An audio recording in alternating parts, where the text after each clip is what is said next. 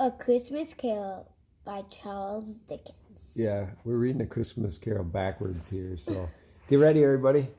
What do you say, Danny? Here we go. Thank you for watching. Ebenezer Scrooge. Jacob Marley was dead. Everyone knew that.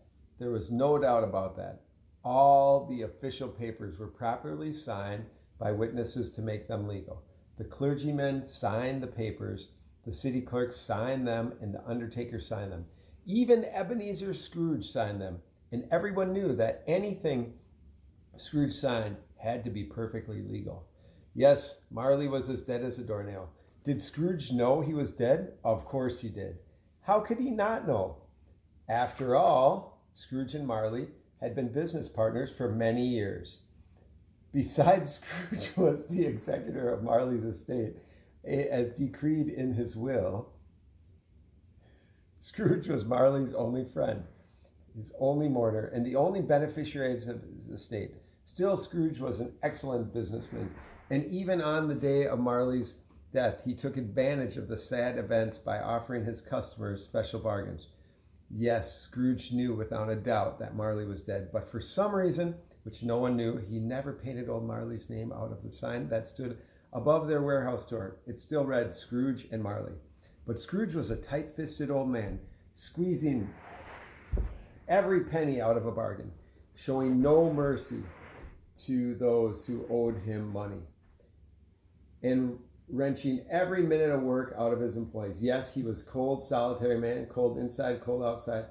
His cold heart froze every feature about him. His pointed nose, his shriveled cheeks, his red eyes, his thin blue lips, his wiry chin, and his harsh, grating voice. He even kept everything around him cold. His office was as cold as ice and never felt the slightest warmth, not even at Christmas. But neither heat nor cold bothered Scrooge. Neither did people. Nobody ever smiled at him in the streets. Nobody ever asked, "My dear Scrooge, how are you?" Nobody ever offered, "Why don't you visit us?" No beggars came up to him to plead for a trifle. No children ever asked him what time it was. No man or woman ever came up to him to ask directions. Even blind men's dogs led their street masters off the doorways, up the side streets where they saw Scrooge coming. And did Scrooge care? No, he actually liked it. He went through life warning all people to keep away from him. See, even the dogs went around the street there. Isn't that crazy, Danny? Okay, so you want to read this part? Sure. Chapter 2. Visitors to Warehouse. It was an afternoon in Christmas Eve, and old Scrooge sat busy at work in his office. It was cold, foggy, bleak day, and Scrooge could hear people in the street outside breathing heavily and stamping their feet on the stone pavement to keep warm. Even though it was only 3 o'clock, it was already dark, and candles were beginning to appear in the windows of nearby offices. The fog outside was so thick that it seemed to seep into the office through even every keyhole and every slight opening in the walls. The door to Scrooge's office was open, and he could keep an eye on the clerk writing letters in his tiny office. In Scrooge's own office, a small fire burned, but the one in the clerk's office was so much smaller that it seemed to only have one coal burning. Still, the poor clerk couldn't refuel the fire, for Scrooge kept the coal box in his own office and even threatened to fire the young man if he dared come in to ask for it. So Bob Cratchit, the clerk, tried to warm himself by the candle that burned at his table, but he did not succeed. Suddenly, a voice interrupted Scrooge in the midst of his work. "A Merry Christmas, Uncle," came a cheerful voice. It was old man Scrooge's nephew, Fred, a handsome young man with sparkling eyes and a glowing face. "Bah," said Scrooge, without lifting his head. "Humbug! Bah, humbug!" "Christmas a humbug, Uncle?" said young man. You can't mean that. I do, said Scrooge. Merry Christmas indeed. What right do you have to be merry? You're poor. Come, uncle, said Fred happily.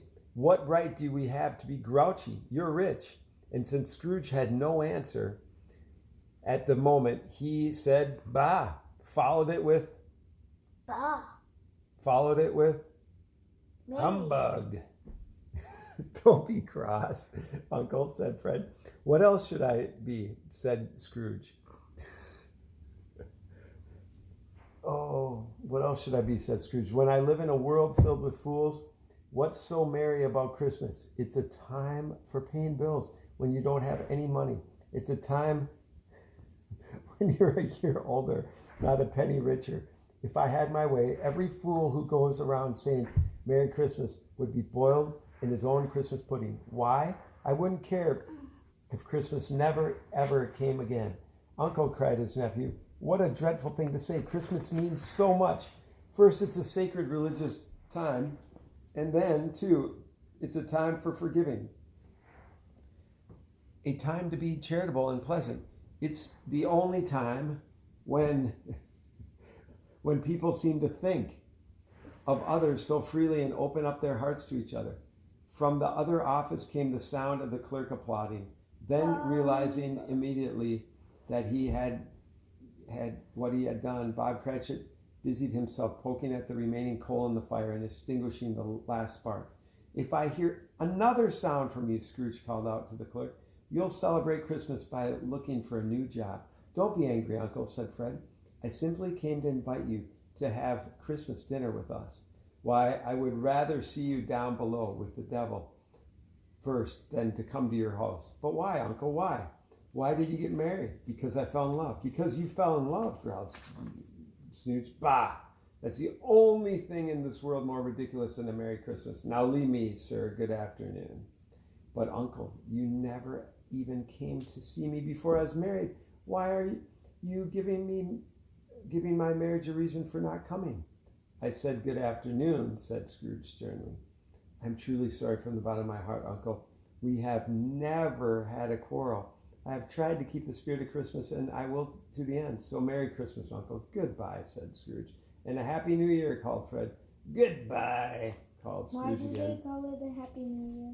I don't know. We'll soon find out. Fred left the room still smiling. He stopped at the outer door to wish a Merry Christmas to Bob Cratchit, who returned the greeting as he left the young man out of the door. At that moment, two rather stout gentlemen with books and papers in their hands appeared at the same door, asking to see Scrooge. Bob Cratchit showed them into Scrooge's office.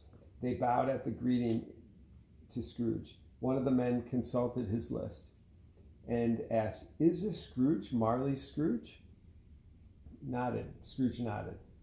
And am I speaking to Mr. Scrooge or Mr. Marley? Continued the man. Mr. Marley has been dead for 7 years, answered Scrooge. In fact, 7 years ago tonight. Well, then I'm certain that you, as his partner, Mr. Scrooge, will want to be as generous as he was in donating to the charity we represent. Upon hearing the word generous, Scrooge shook his head, for he knew that Marley was no more generous than he was. But the man seemed to pay no mind to Scrooge's negative shake of the hand. And he took up a pen from Scrooge's desk and explained, at this festive time of the year, try to help the poor and destitute who are suffering. There are many thousands who do not even have the bare necessities of life, sir. Bah, replied Scrooge. There are prisoners and workhouses to take care of those people, and laws made by the government to see to their welfare. As far as I'm concerned, the government is looking after them well enough. But, sir, said the man, we wish to bring a little extra cheer to these unfortunates. We are raising money to buy some food and drink and a little warmth. At this time of the year, everyone rejoices in giving. Now, how much of a donation may I put you down for? Nothing, replied Scrooge. You wish your gift to be anonymous? Asked the gentleman, smiling. I wish to be left alone, said Scrooge. I do not consider Christmas merry, and I have no desire to make idle, worthless people merry. Their welfare is not my problem. I have my own business to attend to, and I do not concern myself with other people's business. Now, good afternoon, gentlemen. But, sir, began the gentleman, there's never enough government support for these poor people, and many will die. Bah, humbug, exclaimed Scrooge. Then let them die. We already have enough of a surplus of population of these wretched creatures anyhow. Realizing that they could do nothing to move the old man, the two gentlemen left and Scrooge returned to his work, feeling quite pleasant with himself. Meanwhile, the fog and darkness had thickened outside and the cold had become more intense. In the street across from the warehouse, some workers who had been repairing a gas line in the road had lit a fire in a bucket, and a group of ragged men and boys gathered round it to warm their hands. The dancing fire and their good spirits soon prompted one old man. There's the fire. One old man. So we're sitting by the fire, huh, Danny? Okay. So there's the fire right there. There's the fire? Right there. Well, that's not the same fire that they had. They had it in buckets, right? Yeah. Okay, so his voice cracking to sing the first few bars of God Rest Ye Gentle Merry Men. Soon other voices from these ragged men and boys joined in. One young lad, his nose frozen and numb from the cold, left the group and crossed the street to the Scrooge and Marley warehouse. He stooped down at the Scrooge's keyhole to sing some lines of the Christmas carol to them, but at the first sound of God Rest Ye Merry Gentlemen, may nothing you dismay, Scrooge seized the ruler and shook it toward his closed door so violently that the singer jumped back from the keyhole and fled in terror. By now it was closing time at the warehouse. Scrooge got down off his stool and announced it to Cratchit. The clerk immediately blew out the candle and took his hat and long woolen scarf down from the hook. And I suppose you'll want tomorrow off, said Scrooge to the young man. It's not inconvenient for you, sir. If it is not inconvenient, said Scrooge, and it is not fair either. If I was to dock you a day's wages from your pay, you'd think I was being unfair, wouldn't you? Clerk smiled weakly. And yet, continued Scrooge, you don't think it's unfair that I should pay you a day's wages for no work. But it's only once a year, sir, pleaded Cratchit. Yes, once a year. Once a year, sir, pleaded Cratchit. Yes, once a year. Every 25th of December, said Scrooge. It's a poor excuse for picking a man's pocket, making me pay for you staying home. Well then, Cratchit, you'd better be here earlier on the following morning. Oh yes, sir, promised the young man. With that, Scrooge buttoned up his coat, slammed on his hat, and walked out the growling, bah, humbug. Marley's Ghost, Chapter 3. Scrooge stomped at his usual tavern, took his usual table, and ate his usual melancholy dinner. No other customers greeted him, and he greeted none of them. He passed the time reading all his newspapers and checking his blank books, and when all the checking his blank books and all the papers had been read, and all the bank books checked, Scrooge went home to bed. Scrooge lived in the apartment that once belonged to his partner, Jacob Marley. It was a gloomy old place in a small building that was now surrounded by other larger ones. The building was such a dreary one that no one chose to live there, so the other rooms were rented out as offices. The front courtyard was dark in the fog and frost as Scrooge entered the gate and walked to the door. As he inserted the key to the lock, his eye caught a glimpse of the large, shiny brass knocker on the door. It was the same knocker he had been seeing morning and night for all the 7 years he lived in the building. But suddenly tonight, it was not. It is not a knocker that stared back at him. Oh no, it was the face of Jacob Marley. But Jacob Marley is dead, thought Scrooge, frozen to the spot. My eyes must be playing tricks on me just because of those visitors I had this afternoon. Those two men seeking charity. My thoughts returned to Marley quite by chance. Now Scrooge stared harder at the knocker. Here was Marley's face, with a dismal light around it. Marley's face was ghostly. Spectacles raised on its ghostly forehead. Marley's face with his hair blowing strangely and wildly about his head. Marley's face with eyes wide open and bulging, but not moving.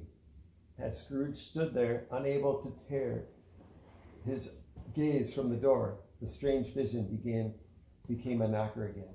Did I imagine that vision in the knocker? He asked himself, with his heart thumping nervously. But since he could not find the answer, Scrooge forced himself to turn the key in the lock and walk inside.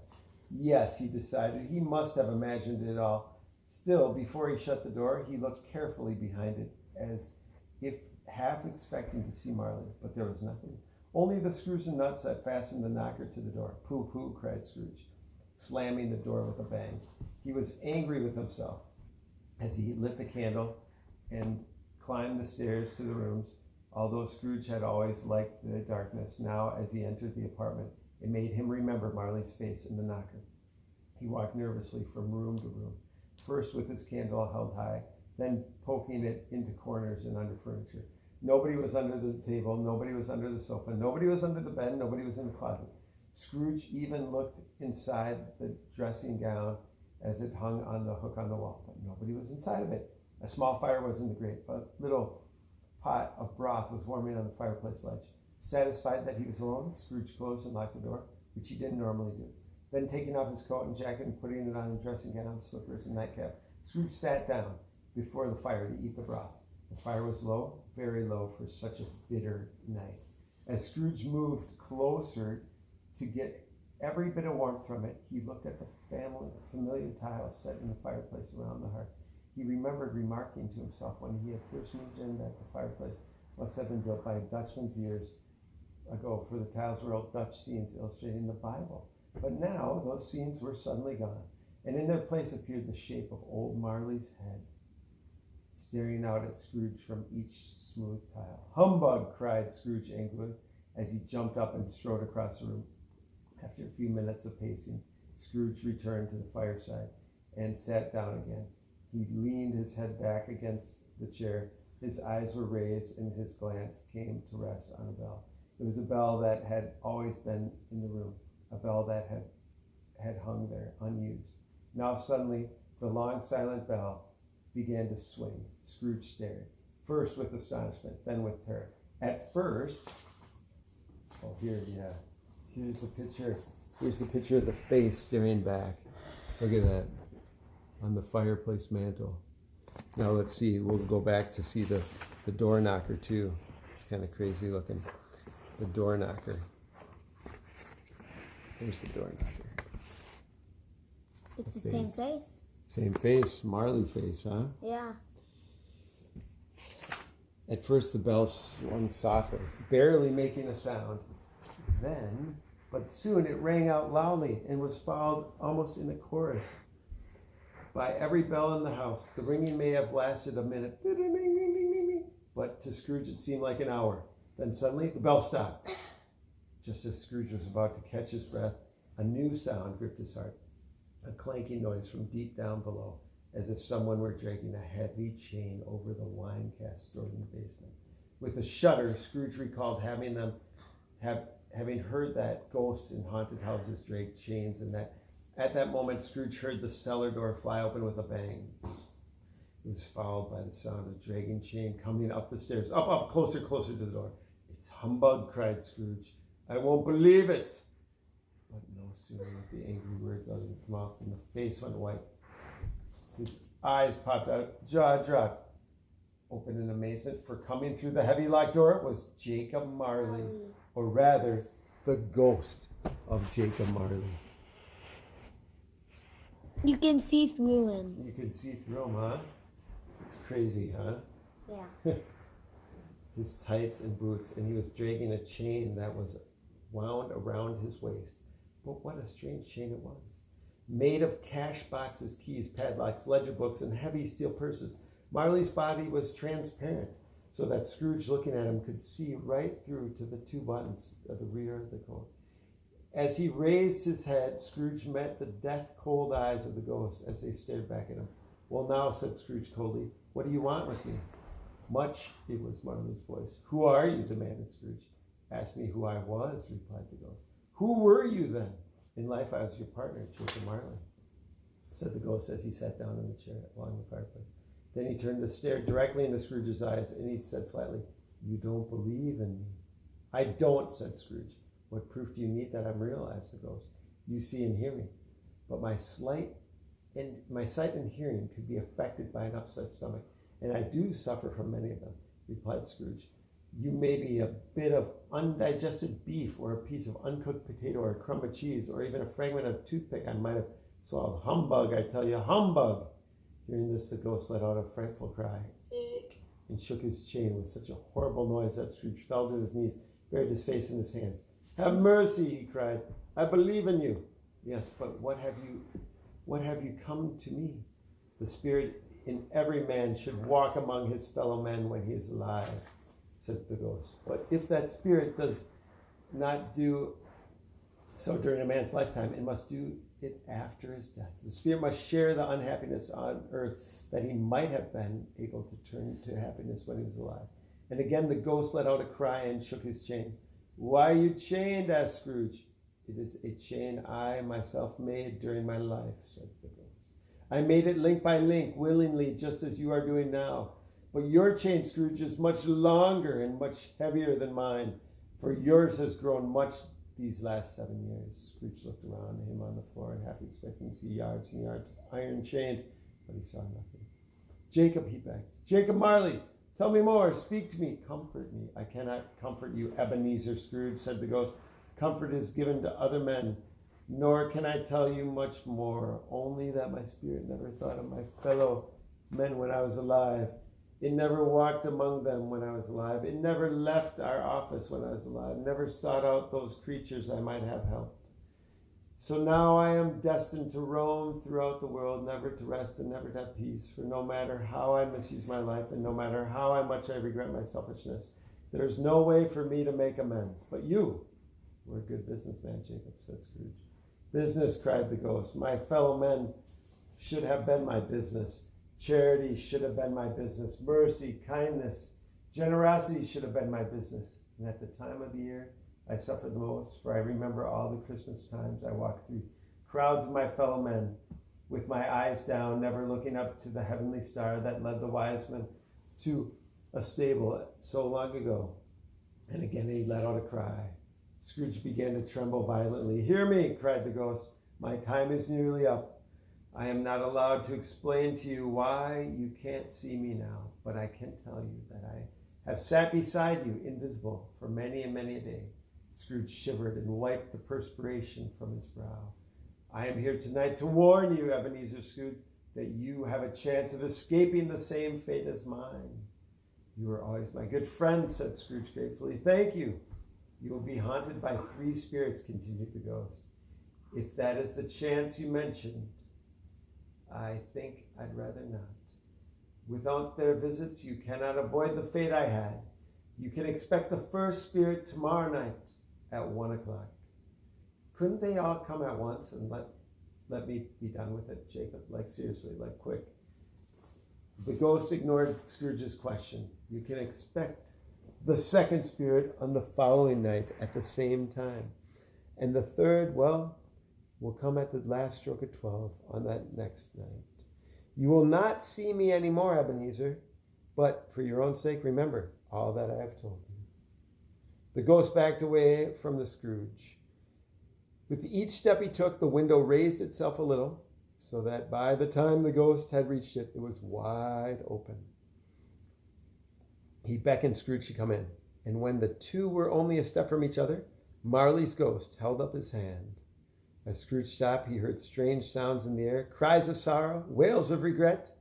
The ghost joined in with those sounds as he floated out through the window and into the dark night. Scrooge rushed to the window and looked out. The air was filled with ghosts, wandering every which way, moaning as they floated, every one of them with chains. Scrooge recognized one of them as greedy banker he had known. He was now an old ghost with a huge iron safe attached to his ankle. He was floating over a poor woman sitting in the old cold and infant in her arms, and he was crying pitifully because he did not have the power to help her. is a power he did have once, but did not use it when he was alive. Soon the spirits faded away and Scrooge closed the door. He went to the door through the ghost and had entered and examined it carefully. It was still double locked, and as he fastened it with his own hands earlier, Scrooge was about to say, "Humbug!" but he got no further than hum. When he stopped, was it because of his conversation with the ghost? Was it because the hour was late, or was it because he was afraid of his fate? Scrooge did not even bother to take off his dressing gown, but lay down on his bed and fell asleep immediately.